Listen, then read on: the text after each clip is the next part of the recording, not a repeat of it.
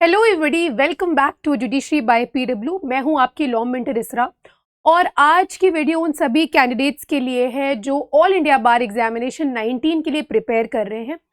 और आज के वीडियो से आपको बहुत सारे ऐसे टिप्स एंड ट्रिक्स मिलेंगे जिससे ये लास्ट टाइम में आप तैयारी कर सकते हैं और किस तरह से आपकी तैयारी में आपको बूस्ट दिया जा सकता है। तो एग्ज़ाम आपका 22 दिसंबर को है, करीबन 10-15 दिन का ही हिसाब किताब आप रख लीजिएगा तैयारी के लिए। कुछ इंपॉर्टेंट चीज़ें हम लोग डिस्कस कर लेते हैं, थोड़ा सा सिलेबस के बारे में भी जानेंगे और जानेंगे किस तरह से बेयर एक्ट आपको इस तैयारी में हेल्प करेगी। तो दोस्तों, सबसे पहले अगर आपका कोई भी लीगल बैकग्राउंड रहा है, यानी कि अगर आपने फॉर एग्जांपल लॉ किया हुआ बहुत ज़्यादा समय नहीं हुए आपको और आपने लॉ कंप्लीट किया और अब आप फ़ौरन ही जा रहे हैं ये एग्ज़ाम देने के लिए, जैसे अब तो सुप्रीम कोर्ट ने अपीयरिंग स्टूडेंट्स को भी अलाउ कर दिया है जो last year final year law students हैं, तो यहाँ पे आपको बहुत हेल्प मिलेगी। मतलब मैं ये कहना चाहूँगी कि अगर आप अभी लॉ परस्यू करके ही एग्ज़ाम देंगे तो ज़्यादा बेटर रहेगा, क्योंकि कहीं ना कहीं आप टॉपिक से, हर एक चीज़ से आप फेमिलियर रहेंगे। आपको ऑलरेडी वो सब आप अपने सेमेस्टर्स में पढ़ चुके होंगे। या फिर फॉर एग्जांपल अगर आप किसी जुडिशियल सर्विस एग्जामिनेशन के लिए प्रिपेयर कर रहे थे या किसी अन्य एग्ज़ाम के लिए प्रिपेयर कर रहे थे जिसमें लीगल पूछा जाता है, तो आपको कहीं ना कहीं बहुत हेल्प मिलेगा इस एग्ज़ाम में। लेकिन अगर नहीं भी आपका कोई लीगल बैकग्राउंड है और अगर आप प्रैक्टिस के फील्ड में जाना चाहते हैं, तो आप क्या क्या स्टेप्स कर सकते हैं जिससे आपकी तैयारी अच्छी हो सकती है। और स्पेसिफिकली AIB 19 में आप कट ऑफ के ऊपर, बहुत ऊपर कैसे जा सकते हो ताकि आप सेफ फील करो, क्योंकि लास्ट ईयर और पहले हम लोगों ने देखा है बहुत सारे कैंडिडेट्स को रिजेक्ट कर दिया गया जो पास नहीं हो पाए, है ना। करीबन 75,000 स्टूडेंट्स पास नहीं कर पाए थे एग्ज़ाम, जो 45 मार्क्स तक स्कोर नहीं कर पाए। तो क्या गलतियां करते हैं कैंडिडेट्स, आइए इनको एक बार डिस्कस कर लेते हैं। सबसे पहले दोस्तों याद रखिएगा, आपके ऑल इंडिया बार एग्जामिनेशन के अंदर न्यू लॉज, जो आपके नए क्रिमिनल लॉज हैं, वो भी आपसे पूछे जाएंगे। इन्होंने स्पेसिफिकली मेंशन कर दिया है सिलेबस के अंदर ही, तो इसमें कोई कंफ्यूजन नहीं है। हाँ, IPC से भी रिलेटेड कुछ क्वेश्चंस पूछे जा सकते हैं, सिमिलरली CRP से, सिमिलरली एविडेंस से, और साथ ही साथ आपके नए क्रिमिनल लॉ से भी क्वेश्चन पूछे जाएंगे, तो आप वो भी तैयार रखिएगा।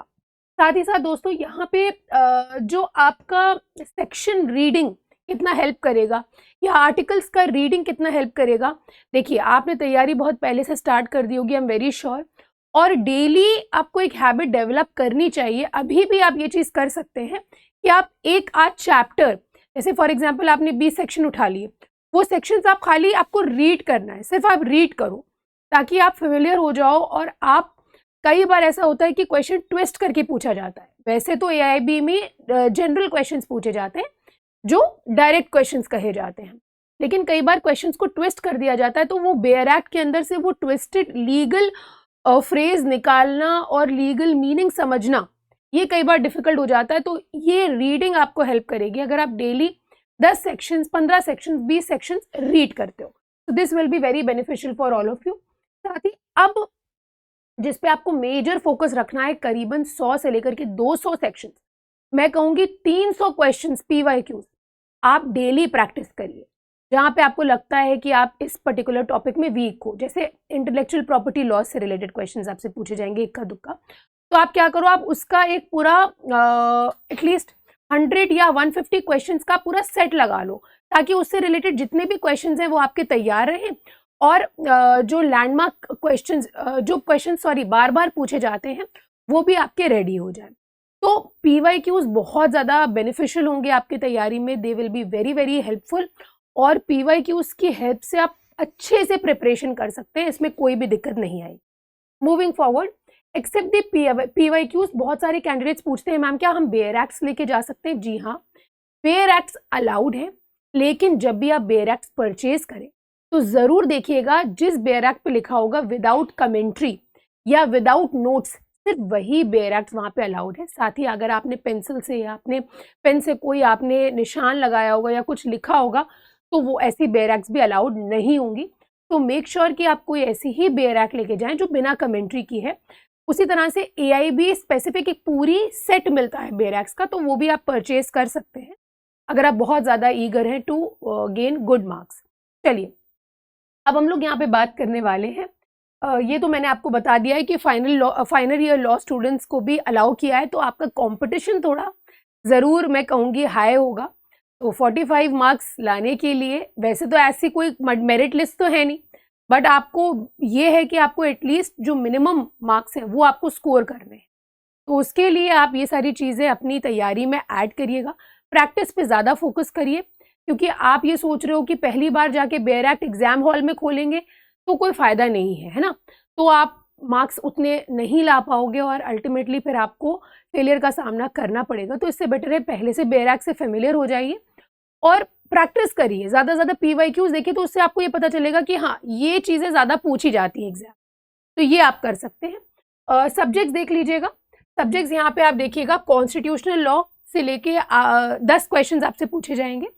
IPC नए लॉज जो हैं उससे 8 क्वेश्चन पूछे जाएंगे। CRPC और BNSS से आपके 10 क्वेश्चन, CPC से आपके 10 क्वेश्चन, एविडेंस एंड भारतीय साक्ष्य अधिनियम से 8 क्वेश्चन, ADR आर्बिट्रेशन एक्ट से 4 क्वेश्चन पूछे जाएंगे। अब फैमिली लॉ है, फैमिली लॉ आपने कॉलेज में पढ़ा हुआ है, तो Hindu marriage act, Hindu succession act से बेसिक जो क्वेश्चन है ये आप पहले से जान रहे हो। चाहो तो आप बेयर एक्ट लेके जाना, बट विदाउट कमेंट्री वाला। फिर पब्लिक इंटरेस्ट लिटिगेशन से रिलेटेड 4 क्वेश्चंस हैं। एडमिन लॉ आपका कॉन्स्टिट्यूशन में ही कवर हो जाता है, delegated legislation, national justice, separation of power, ये सारी चीजें इसमें देखने को मिलती हैं। 3 क्वेश्चंस इससे रिलेटेड पूछे जाएंगे आपसे। फिर आपके 4 क्वेश्चंस आएंगे professional ethics, cases of professional misconduct under bar council of India rules, तो ये 4 क्वेश्चंस आपसे पूछे जाएंगे। 2 questions company law, 2 questions environmental law, तो ये बेसिक लैंडमार्क केसेस ही आपसे पूछ लेते हैं, तो ये सब आपके PYQ से कवर हो जाएंगे। फिर आपके 2 क्वेश्चन साइबर लॉ से रिलेटेड आएंगे, लेबर इंडस्ट्री लॉ से 4 क्वेश्चन आएंगे आपके, टॉर्ट से related 5 question, again consumer protection act वगैरह जो आपने किया, जो रिसेंट केसेस आ रहे हैं वो एक बार आप देख लीजिएगा, और टॉर्ट आपने कॉलेज में भी कवर करा होगा, तो एक बार आप अपने नोट्स को गो थ्रू कर लीजिएगा। फिर टैक्सेशन से related 4 question, contract, SRA, negotiable instruments मिला के 8 क्वेश्चन आपसे पूछे जाए। फिर लैंड एक्विजिशन एक्ट से related 2 question, intellectual property law से रिलेटेड 2 क्वेश्चन, टोटल 100 मार्क्स का आपका पेपर होने वाला है, और नेगेटिव मार्किंग AIBE में नहीं है। तो इसी तरह से आप अपनी तैयारी करिए, जहाँ पे आपका main focus bare act reading पे होना चाहिए और ज़्यादा प्रैक्टिस पे होना चाहिए इन दिनों में। और कोशिश ये करिएगा कि जो ज़्यादा मार्क्स दें आपको, जैसे constitutional law, CRPC, CPC, evidence, ये हो गया आपका। फैमिली लॉ देखिए, ये आपको फ्री के क्वेश्चंस हैं, ये आपके फ्री के क्वेश्चन। फिर यहाँ पे आपका नेगोशिएबल इंस्ट्रूमेंट TPA वाला जो पार्ट है, सॉरी कॉन्ट्रैक्ट वाला जो पार्ट है वो। फिर आपका टॉर्ट लॉ हो गया। तो ये सारे क्वेश्चंस ही मिला के आपको करीबन 60-65 मार्क्स दे सकते हैं, तो इसी के ऊपर ज़्यादा फोकस रखिएगा। बाकी जो माइनर लॉज है, माइट भी डायरेक्ट क्वेश्चन आए तो आप वहीं पे एग्जाम सेंटर पे बेयर एक्ट में से देख के सॉल्व कर पाए। तो एक बार प्रैक्टिस ज़्यादा जब आप करेंगे तो आपको पता होगा बेयर एक्ट को ओपन कैसे करना है, हमें सेक्शन को फाइंड कैसे करना है। तो ये सब ऐसी चीज़ें हैं जो आपको प्रैक्टिस से ही आएंगी, हम आपको चाह के भी उसको सिखा नहीं पाएंगे, because practice is something which differs from person to person. आप किस तरह से तैयारी कर रहे हो, आपको बार बार बेयर एक्ट ओपन करनी है ताकि आपको उसकी हैबिट हो जाए, है ना। हैबिट होना भी बहुत ज़रूरी है। तो आज का सेशन यहीं पे एंड करेंगे। AIB से रिलेटेड हमारी सीरीज़ भी चल रही है जिसको आप फॉलो कर रहे हैं, और अगर आप चाहें डिटेल में क्वेश्चन सॉल्व करना तो आप उसको लाइव सेशंस भी देख सकते हैं। और इसी नोट पे मैं अपना आज का सेशन एंड करूंगी। Thank you so much for joining. Good bye.